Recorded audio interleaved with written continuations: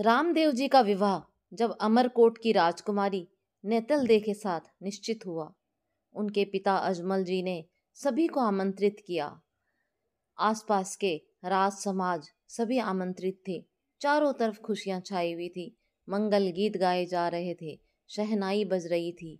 सभी सुहागिनें बारी बारी से कुंवर रामदेव को पीठी उपटन लगा रही थी। जब माँ मैना दे की बारी आई, उपटन हाथ में लेकर उनके आंखों में आंसू भर गए। रामदेव जी ने देखा कि माँ के चेहरे पर उदासी आंसू भरे नेत्रों से उपटन लगा रही है। तब राजकुमार ने पूछा, माँ, इस शुभ घड़ी में आपके नेत्रों में अश्रु, सभी लोग प्रसन्न हैं और आप दुखी। क्या आप इस विवाह से दुखी हैं? क्या आप खुश नहीं हैं? आप आज्ञा करें माँ, आपको क्या पीड़ा है? माँ ने दुखी होते हुए अपने मन की व्यथा बताई कि सारा राज समाज तुम्हारे विवाह में एकत्रित है, पर तुम्हारी बहन सुगना की कमी आज बहुत खल रही है। तुम्हारे काका श्री रूप जी की दोनों बेटियां लाछा और सुगना उन्होंने हमें इसलिए सौंपी थी कि हम कभी उन्हें माता पिता की कमी महसूस नहीं होने देंगे। लाछा तो अपने ससुराल में बहुत खुश है, पर सुगना के ससुराल वालों की दुष्टता दिन ब दिन बढ़ती ही गई। बस वो इस बात से रुष्ट थे कि हम वैष्णव मत को मानने वाले लोग उनके भोजन की इच्छा पूरी नहीं कर पाए। शादी के बाद से आज तक उन्होंने हमारी बेटी को एक बार भी नहीं भेजा। कई बार तीज त्योहार पर उसे लेने भेजा गया।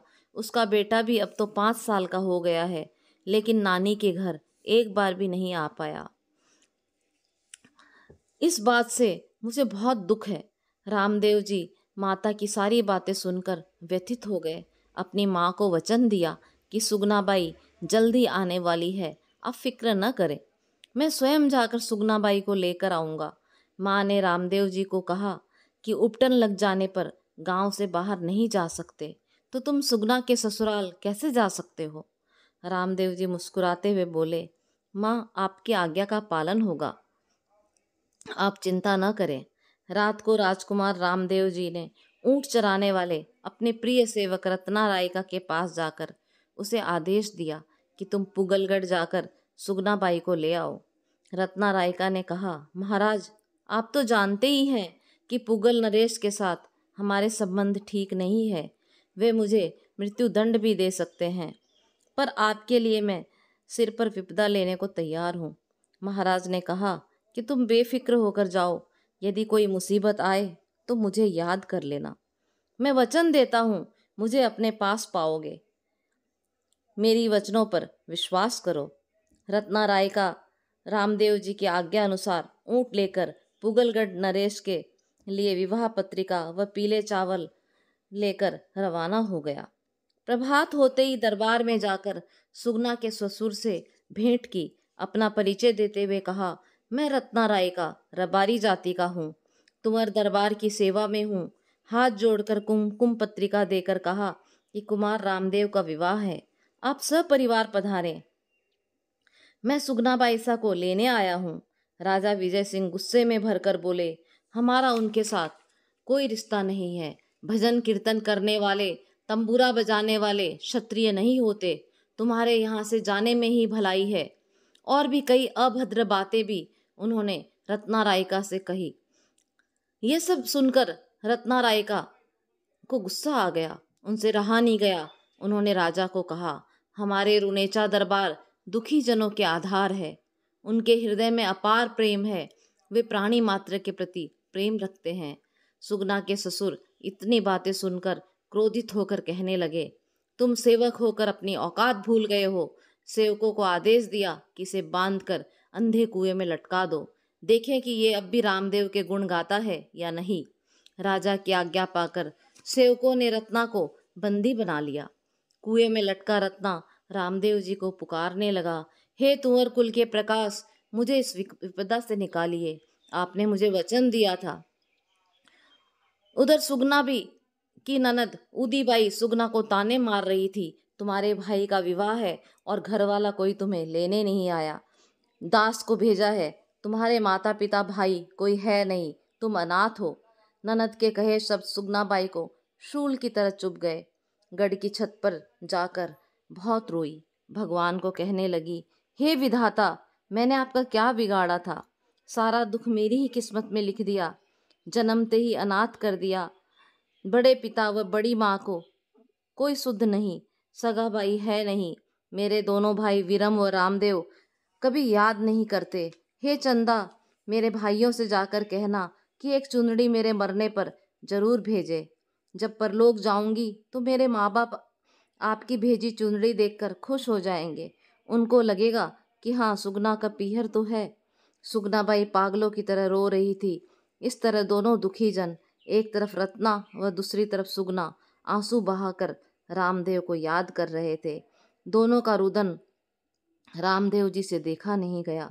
उठकर महल में टहलते हुए बहन और सेवक के लिए सोचने लगे, मेरे गए बिना रत्ना मर जाएगा और बहन आ नहीं पाएगी। माँ को दिया वचन भी याद आ गया। निष्कलंक अवतार रामदेव जी ने द्वापर की तरह दो रूप धारण कर लिए, एक महल में और दूसरे रूप से माता और सेवक को दिया वचन निभाने पुगलगढ़ के बाग में पहुंच गए। अनहोनी लीला करने वाले प्रभु ने बंजर मरुस्थल व सूखे बाग को हरा भरा कर दिया। चारों तरफ हरियाली छा गई, फूल खिल गए। माली ने जब देखा कि बिना वर्षा के बाग हरा भरा हो गया है तो वो प्रसन्न हो गया। फूल चुन चुन कर एक सुंदर सी माला बनाई ताकि अपने राजा को दे सके। वहां बाग में उसकी भेंट राजकुमार से हुई। उन्होंने अपना परिचय देते हुए अपने आने का कारण बताया। परिवारों का माली पुष्पों की माला हाथ में लिए पुगलगढ़ राजा के पास की सभा में पहुंचकर राजा को पुष्पहार पहनाया। राजा ने पूछा, न बादल न वर्षा, ऐसी बंजर वसुधा और उद्यान में से पुष्पमाला कहाँ से आई?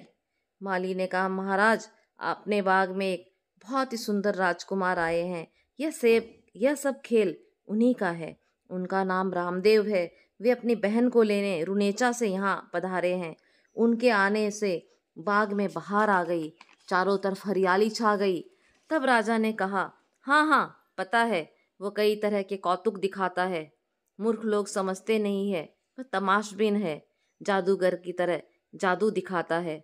राजा ने आदेश दिया, जाओ उसे पकड़कर हमारे सामने लाओ। सारे सेवक बाग में पहुंचे। तब उन्हें चारों ओर से मधुर संगीत सुनाई दे रहा था, पर रामदेव जी किसी को नहीं दिखे। भवन में एक अजीब सी घटना और घटी।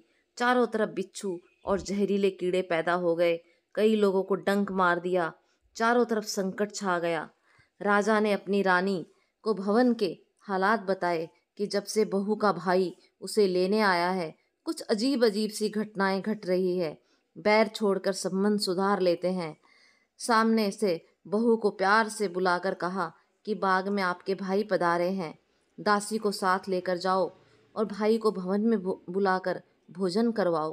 हृदय में अपार हर्ष लिए सुगना बाई ने दूर से अपने भाई को देखा तो दौड़ पड़ी। उससे कंठ अवरुद्ध हो गए। बहन को आता देखकर रामदेव जी ने दोनों हाथ बढ़ा दिए। दोनों भाई बहन प्रेम सहित मिले। ससुराल वाले भी सारे बैर भाव भुलाकर रामदेव जी के आव भगत करने लगे। रामदेव कुएं के पास गए और रत्ना को बाहर निकाला। सब परिहार शर्मिंदा होकर रत्ना से माफी मांगने लगे। लीलाधारी ने ऐसी अनहोनी दिखाई कि सभी गलत व्यवहार करने वाले क्षमा मांगने लगे। सबने सुगना को सम्मान सहित रुनेचा जाने के लिए रवाना किया।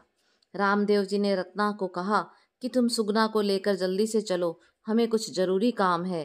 कहकर रामदेव जी पुनः अपने महल में चले गए। अपने पुत्र अमर को लेकर बैलों के रथ पर बैठी सुगना रुनेचा जा रही थी। रात्रि में 2-4 यवन सिपाहियों ने सुगना को घेर लिया। कहा, तुम्हारा भाई पीरों का पीर कहलाता है, अब आएगा अपनी पिराई दिखाने, और सारे आभूषण तुम हमारे हवाले कर दो। सुगना पुकारने लगी, भैया, आपकी बहन के आभूषण यवन सिपाही लूट रहे हैं, मेरी लाज बचा लो। उसी वक्त रामदेव जी वहां प्रकट हो गए। फिरोज शाह तुगलक के सिपाही घबरा कर भागने लगे। रामदेव जी ने उन्हें कर्म का फल दिया और उनके सारे शरीर में कुष्ठ रोग हो गया। वे रोते बिलखते हुए माफी मांगने लगे कि हमारा कोई दोष नहीं है, हम तो किसी के कहने पर यहाँ आए हैं। रत्ना सुगनाबाई को लेकर बड़े धूमधाम से रुनेचा में प्रविष्ट हुए। माता ने जब अपनी लाडली सुगना को देखा तो खुशी के आंसू बहने लगे। चारों तरफ शोर शराबा, बधाई सुनकर पिता व दोनों भाई वीरम व रामदेव भी द्वार पर आ गए। अपनी बहन को देख रामदेव जी ने कहा, क्यों बाईसा, इतने वर्षों बाद आई हो? माँ आपको एक पल भी नहीं भूलती। आपको देखने के लिए तो हमारे नेत्र तरस गए हैं। भाई की बात सुनकर सुगनाबाई उसका मुंह देखने लगी। उसने मन में सोचा, कल तो मुझे लेने आए थे। उसने कहा, क्या भैया, आप मुझे लेने नहीं आते तो मैं माँ से कैसे मिल पाती? आपके बिना कौन पीहर दिखाता? आपके बिना ये आंगन में कभी नहीं देख पाती। उसकी बातें घर में किसी को समझ नहीं आ रही थी। माँ कहने लगी, लगता है सफ़र की थकावट तुम पर चढ़ गई है, ऐसी बहकी बहकी बातें कर रही हो। रामदेव तो यही है, इसके तो हल्दी उपटन चढ़ गया है। तुम्हारे नगर कब गया? सुगना ने कहा, यदि मेरी बात आपको झूठ लगे तो आप रत्ना को बुलाकर पूछ लीजिए। रत्ना को बुलाने पर उसने पुगलपति और शाह द्वारा दिए गए सारे दुखों का वर्णन किया और रामदेव जी द्वारा उनसे मुक्त करने की बात भी बताई, पर माँ को कुछ समझ नहीं आया। इस प्रकार रामदेव जी का यह चमत्कार चारों तरफ प्रसिद्ध हो गया। लोग उनकी जय जयकार करने लगे। बहन सुगना के जीवन में खुशियां लाने वाले ऐसे भ्राता हर बहन की ख्वाहिश होते हैं। धूमधाम से विवाह हुआ। जब बारात वापस रुनेचा पहुंची तब सभी स्वागत सत्कार की तैयारियां कर रहे थे। सुगना भी महल में अपने पुत्र अमर को लेने पहुंची कि भाई भाभी को लेकर आए हैं, स्वागत सत्कार किया जाए।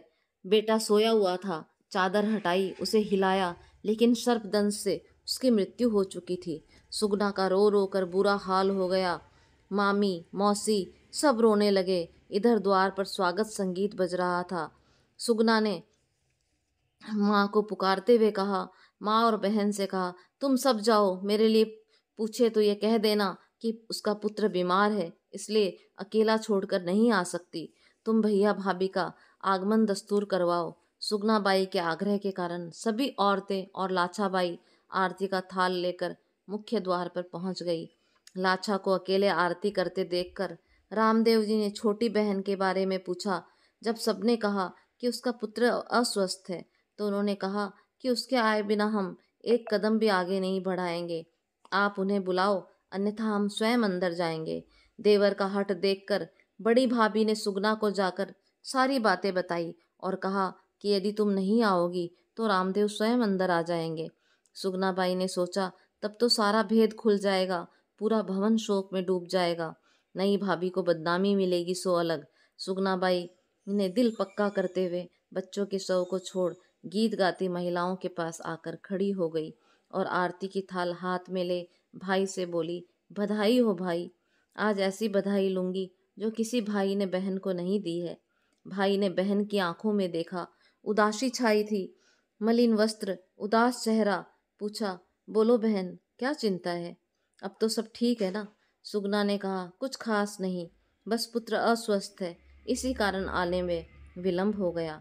आरती करते करते आंखों से अश्रुधारा बह चली। भाई को बताया, तुम्हारा भांजा अब इस दुनिया में नहीं है। सारी महिलाओं ने सुगना को पकड़ लिया, वो बिलख रही थी। रामदेव जी ने उनके सिर पर हाथ रख दिया और कहा, कौन कहता है कि मेरा भांजा इस दुनिया में नहीं है? वह तो गहरी नींद सो रहा है, तुम्हें जरूर कुछ भ्रम हुआ है, चलो मेरे साथ। रामदेव ने सुगना से कहा, आप अमर को आवाज़ दो। जब उधर से कोई आवाज़ नहीं आई तो रामदेव जी ने स्वयं आवाज़ लगाई, भांजे उठ जाओ, देखो तुम्हारी माँ का क्या हाल हो गया है, तुम्हारा मामा स्वयं तुम्हें पुकार रहा है। जैसे ही रामदेव जी ने दूसरी बार अमर को पुकारा, कमरे में से आवाज़ आई, आया मामा, अभी आया। कमरे में से बाहर आकर बोला, मामा, नई मामी कहाँ है? प्राणहीन शरीर में प्राणों का संचार कर रामदेव जी ने एक अनहोनी कर दिखाई। रामदेव जी ने बच्चे को गोद में उठाकर बहन की तरफ बढ़ाते हुए ऐसे दिया मानो कह रहे थे, ये लो सुभद्रा, तुम्हारा अभिमन्यु। द्वापर युग में दिया हुआ वचन जैसे पूर्ण कर दिया। इस चमत्कार की चर्चा पूरे नगर में फैल गई। सभी जय जयकार करने लगे। सुगना निशब्द हो गई। अपने पुत्र को गले लगाकर भाई के नाम का मन ही मन स्मरण करने लगी।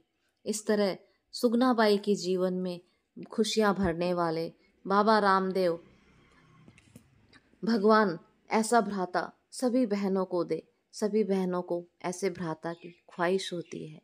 जय बाबा रामदेव।